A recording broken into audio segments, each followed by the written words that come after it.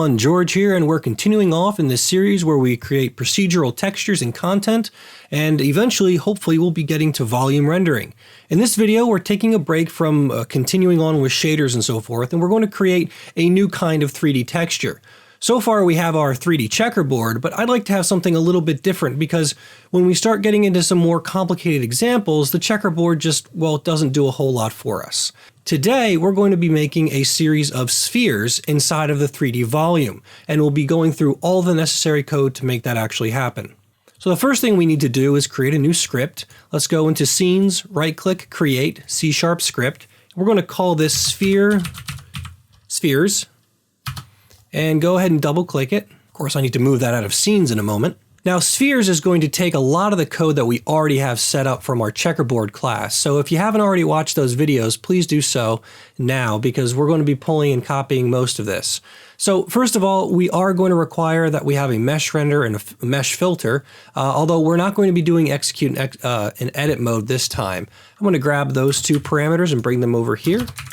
Paste them on down. Now we are going to need the mesh render, mesh filter material, and a texture 3D. So let's go ahead and grab those. Paste them on in. And we can get rid of the texture 2D. That's not necessary.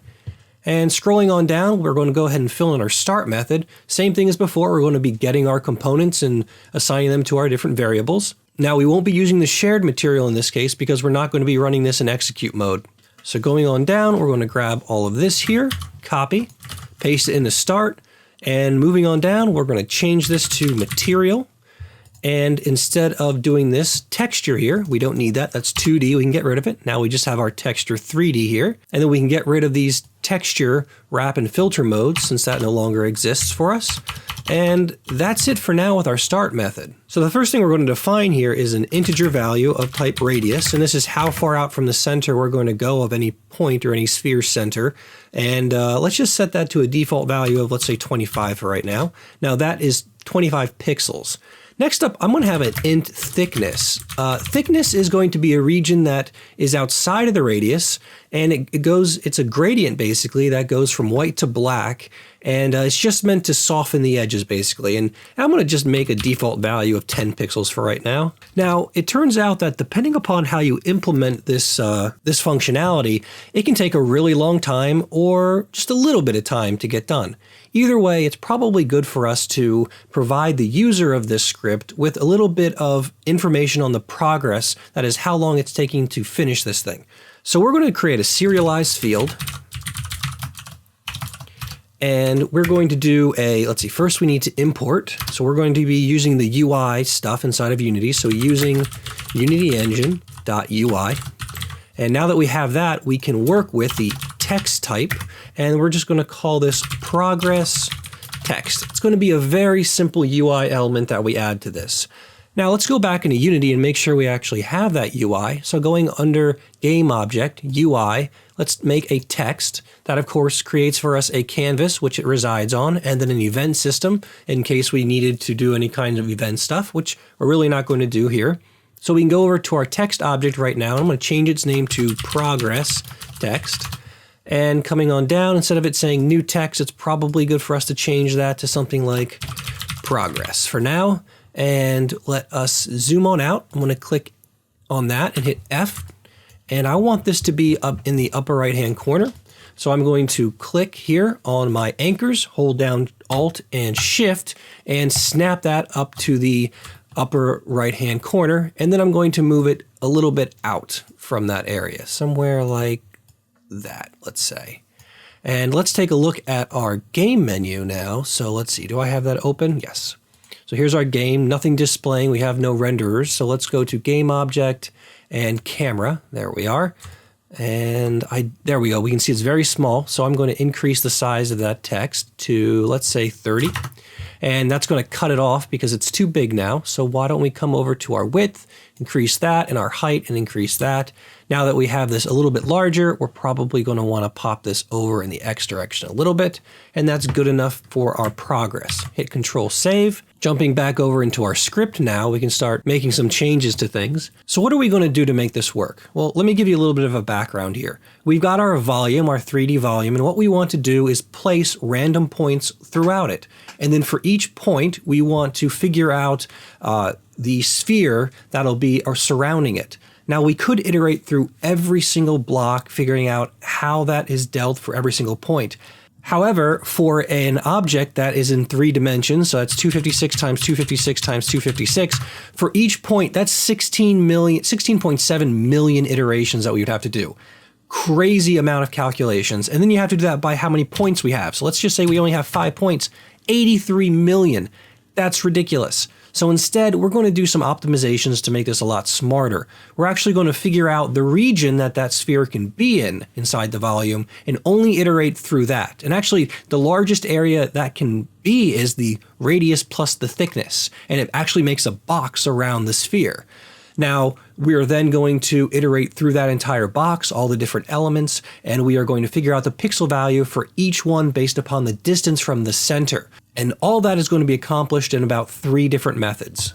So let's go ahead and get started. The first method we're going to do is our Inumerator. So let's do Inumerator, and we're just going to call this spheres.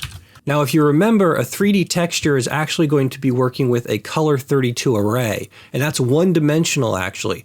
But it's going to be easier for us to work in 3 dimensions. So the first thing we're going to do is declare a color 32 array that's 3-dimensional. Then at the end of everything, we're going to collapse that down into 1 dimension. But for right now, let's go ahead and declare that 3D one. We'll do color 32. And remember, we're doing color 32 because there are optimizations with that. It's just going to be faster. And with something like this, speed is crucial because we're doing a lot of calculations over a lot of different points.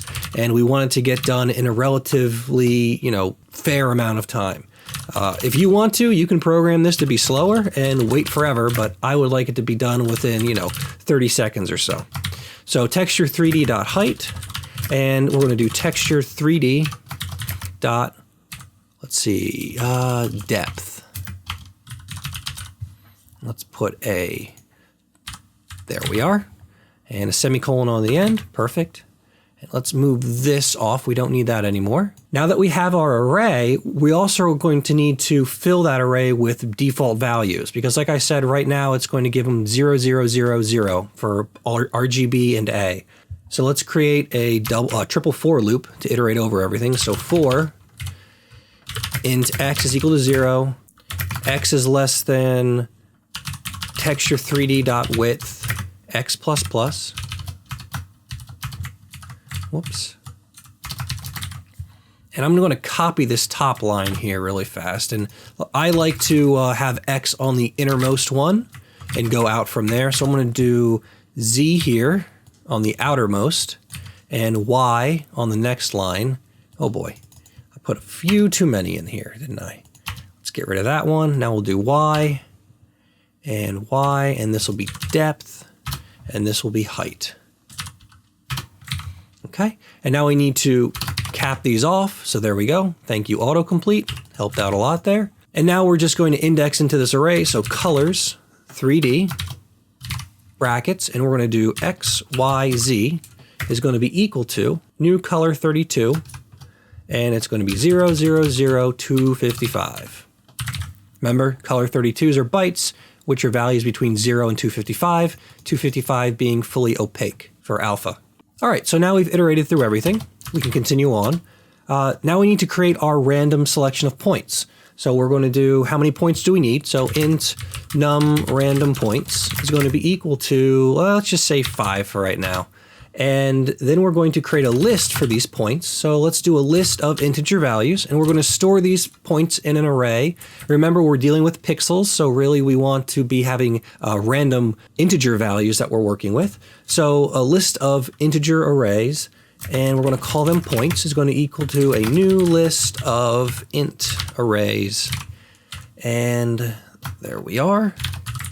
And now we just need to create these. So let's do a system.random, rand is going to be equal to a new system.random. Now we just need to iterate over everything and plug these values in. So for int point is going to be equal to 0, p is less than number of random points, and then p plus plus. And then let's do points.add. And in this case, we're going to define an array. Excuse me. Let's do this a little bit differently. Let's do int temp array is going to be equal to, and let's declare our array. We're going to do random.next. Excuse me. Rand.next. And we're going to specify our beginning and our end. That's going to be a 0 to start with, and texture 3d.width. For our end, we're going to go down to the next line, and let's do another random.next. And we're going to do 0 texture 3d.height. And hopefully you see the pattern. Rand.next 0 texture 3d.depth. Okay. So now we have our array defined. Whoops, let's put a parenthesis on the ends of those.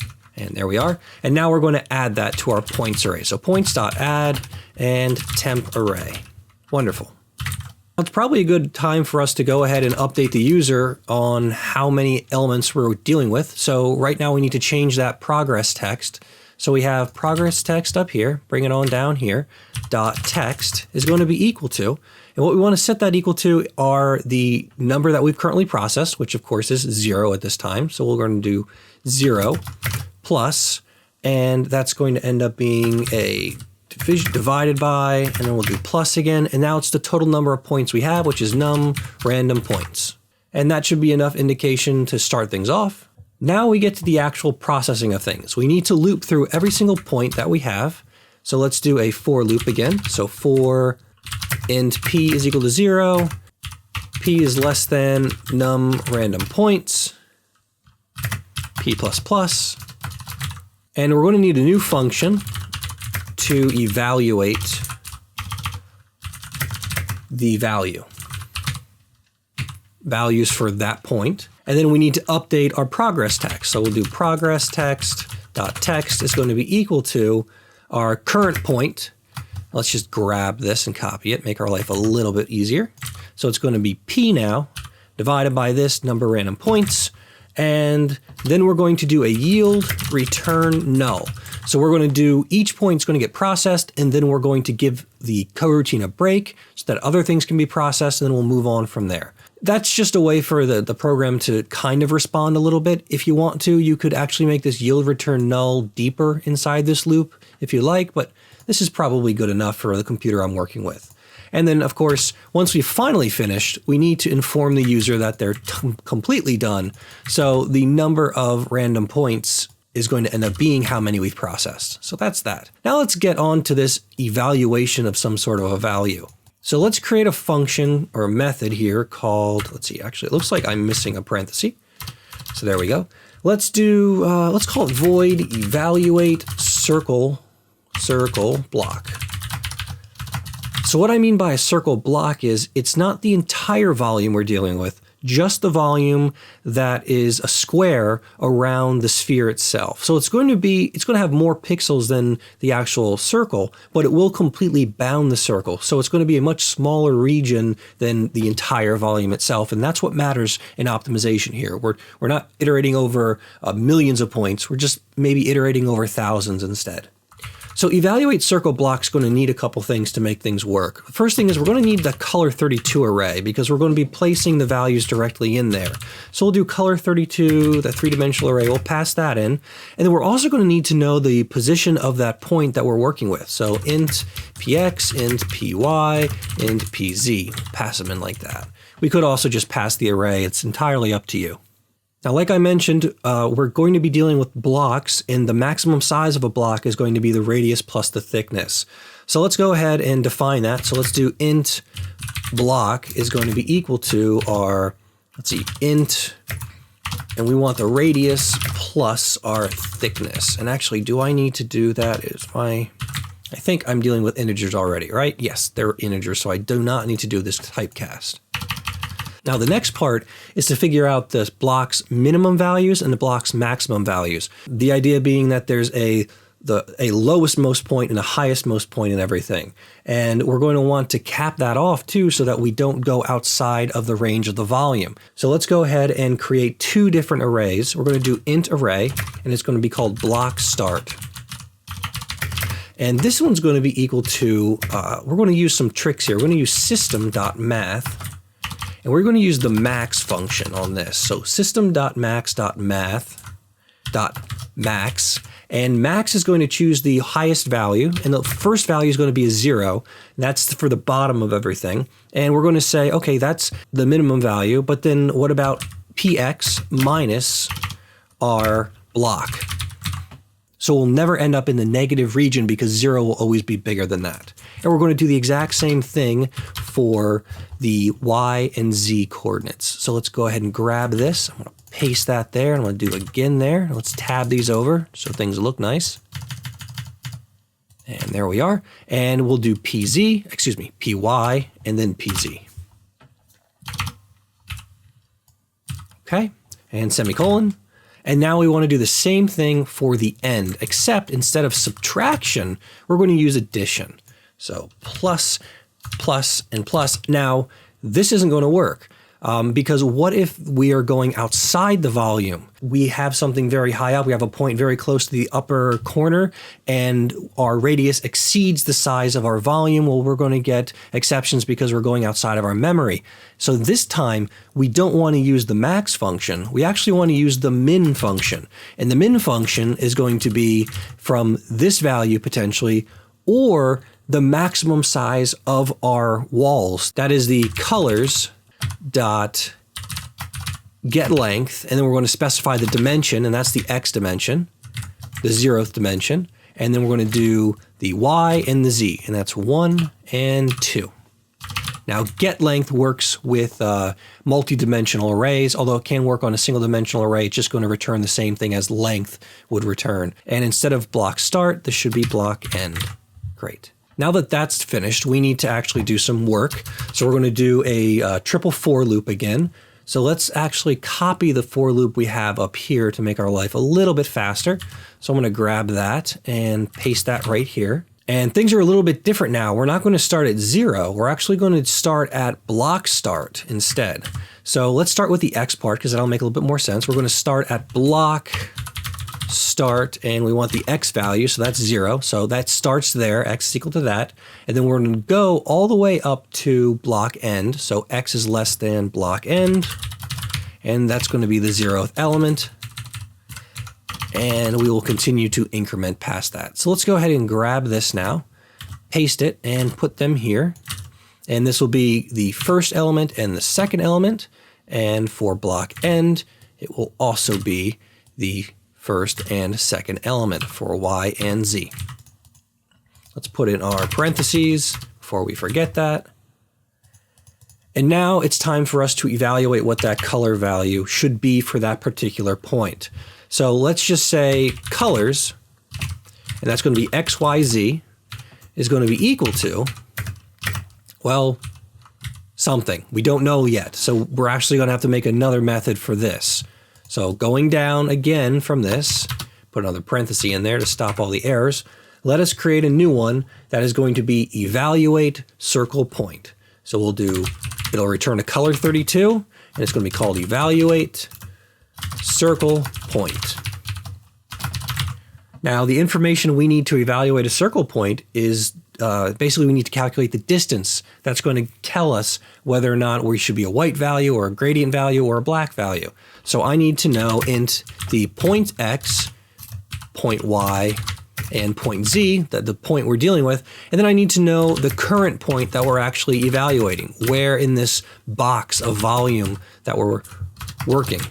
Now let's create our color 32 value that we're going to calculate, and by default we're going to set that equal to white. The reason for that is because the likelihood that it's going to be white is the highest of anything, because if you think about it, the box bounding the sphere, most of it is going to be made up of the sphere itself, and much less of it's going to be the gradient, and probably and then there's much less of it is probably going to be black, and even less of that is probably going to be the gradient itself. So now that we have that, we need to calculate our distances. So let's do float distance, is going to be equal to, and I'm going to use the vector3 function's distance because it's just easier. So let's just do distance. And we can do new vector3. Why not use the functionality when it's there? Px, py, and pz. And yes, they are getting converted over into floats for this to work, but you know what? It's not going to matter. We can typecast and chop them up into values that actually work. So there we go. One less thing I have to write. And then now we need to do some if checks. So like I had mentioned before, right now the point is already white. We don't need to worry about that. We need to now figure out if this should be a black value or a gradient value. And for the gradient, we need to basically it's going to be a gradient of white starting from the surface of the sphere out to its thickness. So let's do a if our distance value is greater than our radius, so we know we're past that, and our distance is going to be less than or equal to our radius plus our thickness. So we're not into that black range. We're going up to it, but not past it.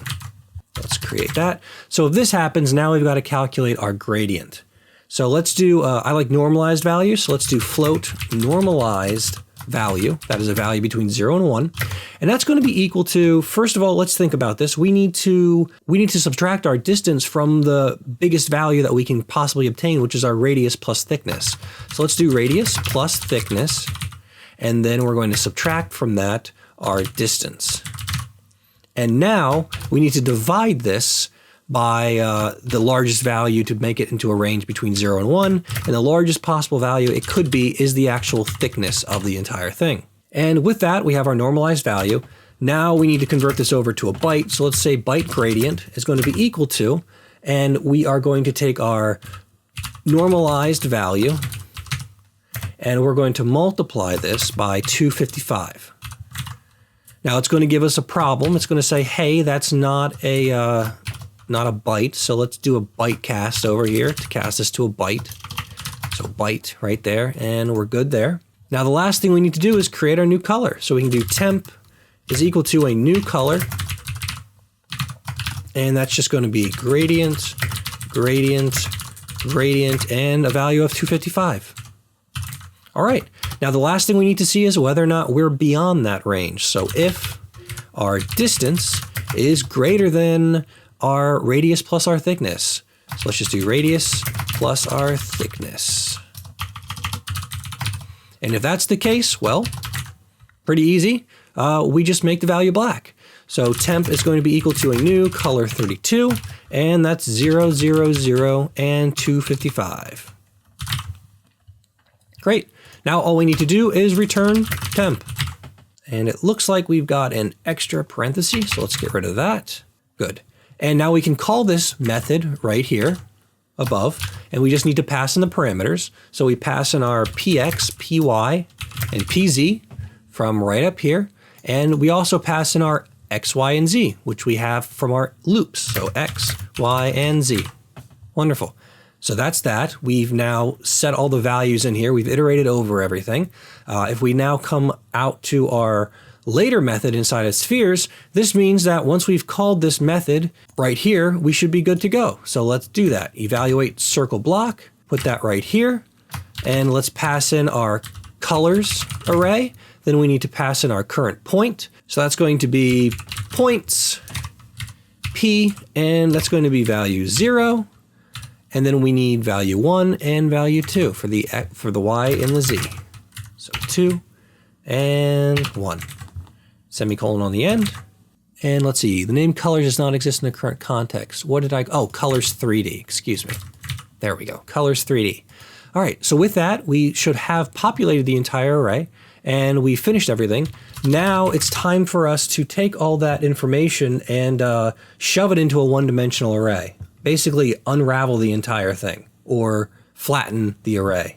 Now to do this, we need to make our one-dimensional array. So we'll do color 32, and that's just a standard array. Colors is going to be equal to a new color 32. And the size of this is going to be our texture 3D dot width. And that's going to be multiplied by our height and our depth. So grab that. Paste, and height and depth. Great. Semicolon on the end.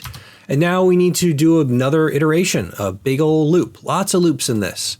So we're going to grab our for loop up here through the X, Y's, and Z's, paste that right here, and let's put in our squiggly braces.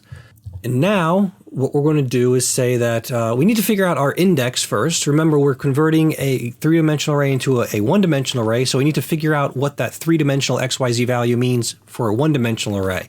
We talked about this in a previous video, so go back and take a look at it in our talks about how to create the 3D checkerboard. But basically, our int index is going to end up equaling whatever our current amount of x values are, plus the width of our 3D texture times our y values that we're currently through, plus now the texture 3D dot width times the texture 3D dot height times whatever our current z value is. And then that's how we index into colors. So colors index is going to be equal to colors 3D and XYZ. Now, because once again, these are a lot of copies that are occurring, I'm going to give this a yield return null after each, basically each plane that gets calculated, after each of these X and Y segments happens. Once again, your mileage may vary, but it's probably going to be good enough to make things somewhat responsive and not crash the program completely. All right, so with that, let's put another parenthesis, because I need it. And we are going to set up everything now. We need to do our texture 3D dot set pixels 32, and that's going to just equal colors. Now we need to do our apply, so texture 3D dot apply, and then finally we need to inform our program that hey, this is finished. You need to update the texture on the object. So let's do material dot set texture, and this is once again underscore main text, and we're just going to put in our texture 3D. And there we are. Okay, now we just need to call this method somewhere. I'm going to do it after start, and let's see, spheres. A sphere's member name cannot be the same as their enclosing type. Whoops. Yeah, not a good idea. So let's call this create spheres. There we are. Grab that, we'll do a start coroutine, and we'll put that name in there. There we are. And come back to Unity now. Now let's see. Unexpected symbol void. We probably have an extra parenthesis. Yes, we do. And in fact, this can go away. We don't need update right now. Save that. Come on back here. And actually, there is one other thing we're going to want to do really fast that I just forgot about. We are going to want to keep that, in order to see what's going on, we're going to want to keep the calculate 3D UVWs. And we are going to keep that update stuff. So go ahead and copy that over. That, of course, recalculates your 3D UV. So as you move the model itself, we'll be able to sample it with our simple sphere or our cube that we're working with. And then we are going to need the update method, but we're going to need this one where we check to see whether or not the transform has changed. And if it does, we're going to go ahead and recalculate those UVs and reset the has changed flag to false so that it's not constantly popping off every frame. All right, so here we go. It looks like no real warnings are happening. And we can come over here to our cube now, and we're going to get rid of, actually, let's just turn them off. I'm going to turn these off, and let's go ahead, grab both, and add component. And let's add our spheres script. There we are. And we need that progress text to be added to them. So I'm going to click and drag that down.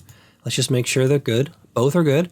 And let's grab this and get it out of there. Perfect. Now let's go ahead and hit run. So here we are. It actually already did all the steps pretty quickly, so that's nice. Let's go ahead and double click the cube and zoom on in. And let us reset the locations of this object and the locations of the sphere. So here we go. So it takes a little bit of work. What you're going to notice is we're only going to see these ones that are actually on the outer area unless we kind of move through the volume. So hold on, how many of these do we have? Do we just have the one? Well, that's interesting. Looks like something smeared. And I believe, how many of spheres did we say we were creating? Let's go back here. And we said that we were going to create 5. Let's increase that to something like 20. Go ahead and restart it. And there it is. So it's done its thing. Let's hit 0, 0, and 0. And go to cube and also 0 that out. And we should start to see, yes, we're starting to see more of these spheres. And really it should be 0.5, 0.5, 0.5. So let's do that really quick. So you can see right here, there's a problem, and that's just because our algorithm does not peak at the point it's working with. Therefore, it ends up just overriding the value. So if you get several of them close together, you're going to see these sort of squares fighting each other. Now, one way we could deal with this is if we process that information and evaluate circle point. Now, currently, we only pass in px, py, pz, x, y, and z and do a distance check. We would need to come in here, look at that value, and see whether or not it is the same, bigger, smaller, not equal to. Well, you know, I think we can do this right now. So let's take this really quick, grab that, and let's just do a, let's see, what is it? Color 32 temp is going to be equal to the value we get out of that. Now we're going to check to see what happens to temp. If temp.r is greater than whatever value we're actually working with currently, so that's going to end up being colors X, Y, Z, and then we can just say .r, I suppose. If it's greater than that, then we're going to set that point equal to it. So colors X, Y, Z is equal to temp. Now, if it's not, we're not going to do anything. And the idea here is that you can only, well, we'll see in just a second, but it's going to make it so that if you return a black value or something like that, or a lower value, you're not going to override everything. So coming back over here, let's go ahead and hit run, and there it's finished processing. Let's go ahead and 0.5, 0.5, 0.5. And here we go, much better results than before. Move that off to the side. Here we can see that these are no longer interfering with each other when they're close. Right here we can see this bundle, and this one over here looks pretty well as also. So no problems going on there. Now, hopefully you're seeing a problem. We're only able to see anything interesting if we move the volume around. I mean, wouldn't it be nice if we had some sort of transparency going on so that we could just see these spheres in space all by themselves? And that is going to lead us into our next video, where we are going to modify our shader to allow for transparencies. We're going to make a slider, and we're going to treat the intensity values, the black and white values, as if they were basically a way of thresholding what should be visible and what not is visible. So I hope you learned something new in this video, something interesting, and I will see you next time. So long and goodbye.